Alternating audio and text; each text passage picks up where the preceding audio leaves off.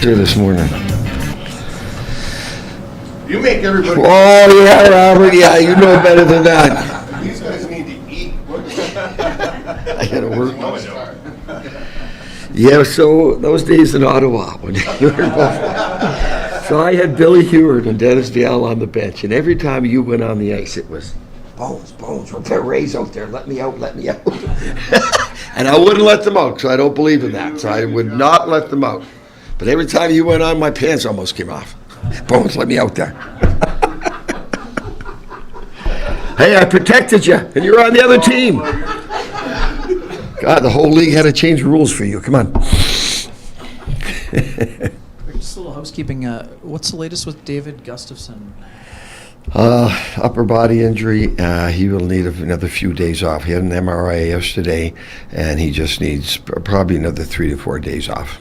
Okay, and Mason Appleton looks like he's getting closer. He's getting closer. It's a matter of getting that. I would doubt if he'll play before. I wouldn't rule it out at this point. I talked to him today about getting him out of that red jersey.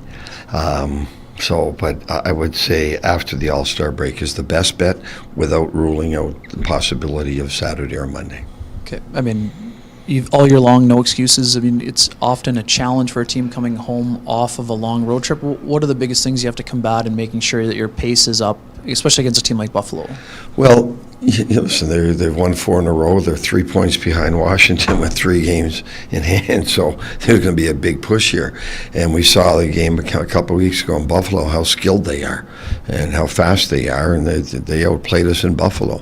So regardless what we were the road trip or not, we better make sure that we're playing Winnipeg Jet hockey right off the get-go, because this team can score and they're dangerous. They're hard to play against. So we put all those things aside. We talked to the group this morning.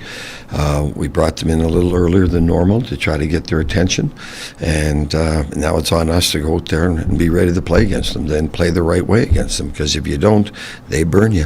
What stood out to you about Nikolai Ehlers since he's been back in the lineup for your group?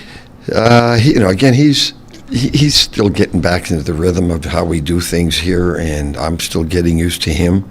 But listen, that's elite speed, what he has. That goal in Philadelphia that they scored, the third goal there, is a perfect illustration of it. He goes down that wing and he gets a step on the D, just keep going and get behind the net and bring everyone back to the net. It opens up that second wave all the time. So it's his elite speed and his ability to make plays at high speed. A lot of guys have to slow down. They're fast, but they have to make a decision. Their hands don't work quite as fast as the legs. His hands and brain work as fast as the legs. So he's going to keep getting better. I still think there's more there to his game than what we're seeing, and we're pleased with what we've seen. But we're going to keep pushing him here to get more out of him. Rick, forgive me if somebody's asked you about this, but and the coaching fraternity's small. You saw what happened with Bruce in Vancouver.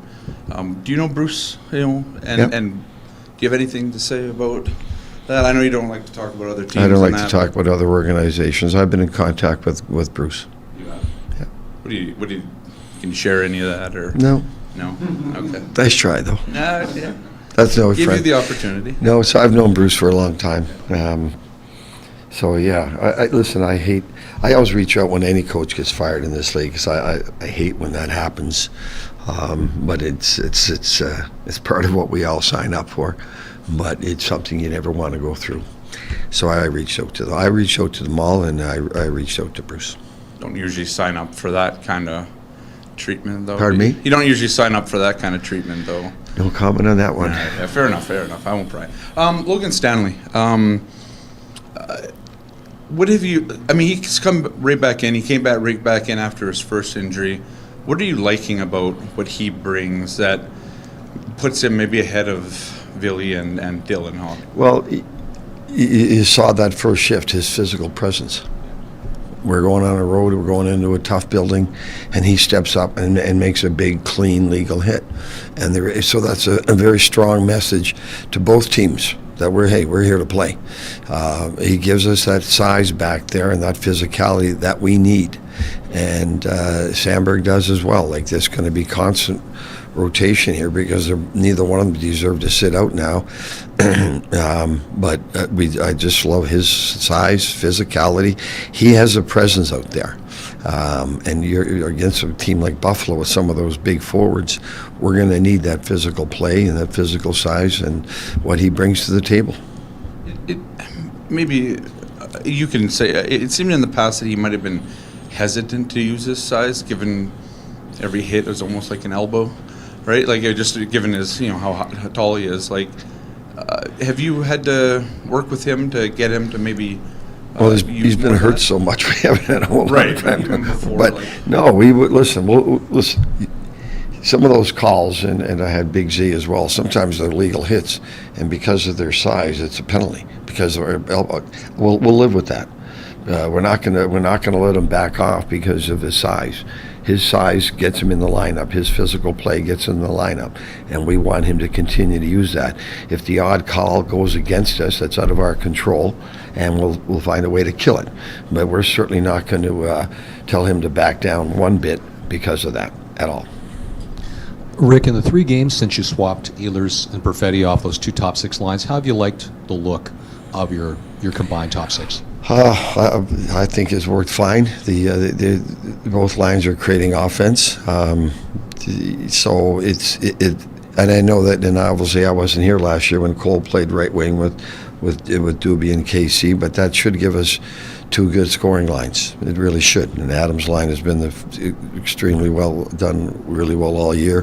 The 4th line got us, big goals in Philly. So you need contributions from the bottom end as well. And we've talked enough about our defense, but it's also nice to have 2 checking lines or 2 scoring lines when you go on the road.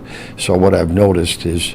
I'm just watching the other coaches and their matchups now because we have those 2 lines that can score. So it's made it interesting in terms of going into other rinks. And the other thing is with icings, we iced the puck the other night and they score a goal. When they ice the puck on us now, Mike's on the right side for a face-off or Doobie's on the left side for a face-off. It gives us more offensive opportunities. For Cole in particular, in what ways has he had to adapt his game? Like you said, playing on the right side as opposed to his strong side, but also with different types of veterans. Well, it's actually easier for when the puck comes around the wall to take it this way and bring it into the inside as opposed to just waiting for it. So he's better at it, getting the puck off the wall in the D zone on the right side, but he also hangs onto the puck. And KC with his speed and Doobie with his size and speed, they're gonna find some openings for him. And he's smart enough, which obviously worked the other night really well in the first goal. That being said, I just showed him a clip where he was in the same spot the next shift, and he tried the same play. Well, the defenders were looking for it, so now I want him to shoot there, right? So I want him to shoot the puck more. He's got a great release, and I want him he's got to learn in this league, you take what's there. And if the shot is there, take the shot. If there's clearly a play to be made, you make the play. But I also want him, and I encourage him to shoot the puck a lot. You watch Doobie, he's always around the net. So if he gets more shots, Doobie's going to be around the net looking for rebounds or tip-ins or whatever. For Cole, what have you observed in the evolution of his game in his first full year as the games get tighter, more physical, and more rigorous? Well, I've been talking to him for the last month or so. That is big boy hockey now. What you've seen in October, November, that's one level. December, January is another level. And we come back out of the All-Star break, it'll be another level. And the only way he's going to get used to it is to play it. And he's feeling it, but he's adapted well. Pace has to pick up, your intensity has to pick up, your moving the puck, everything has to pick up. And he's adapted well so far. Rick, just one on Neil Pionk. The eye test and some underlying numbers would suggest that there's a lot happening at times when Neil's on the ice, both in the offensive end, good stuff, and maybe not so good on the defensive end. What have you seen from Neil? What would you like to see maybe more? Yeah, a little more consistency on the defensive side of the puck, and that's not just on him. There's 4 other guys out there that can help him out a little bit more, so I never look at it as one guy, unless it's a clear one-on-one mistake. Well, that's easy. But some of the things that are happening to him, a little more support from the guys on the ice for him would have helped him. and wouldn't have been, those numbers would have changed. But I talked to him again this morning. I think he's got a great shot, and I want to see it more, especially on the power play. And again, sometimes you're going through a spell that you don't feel good. You need to be more selfish, right? Don't overthink it. Shot is there, take it. And I know so sometimes you're in a flow out of the sink of a game. That's going to happen. But the worst thing you can do is overthink it and look for other options. And when you have the shot that he has, and so, we spoke this morning. I want him to shoot the puck more. And that you shoot the puck more, you're generating offense. It just gets you into the flow of the game. When you're off your game a little bit and you hesitate and you make a pass that's not there, and then they break it up, now you're defending more than you should. So it's just little details and just getting back in the rhythm of thinking offense when he's up there and putting pucks on the net. He'll spend less time in his own, and we'll put him in less predicaments than he's been put in. Asked about Ehlers earlier and Perfetti as well.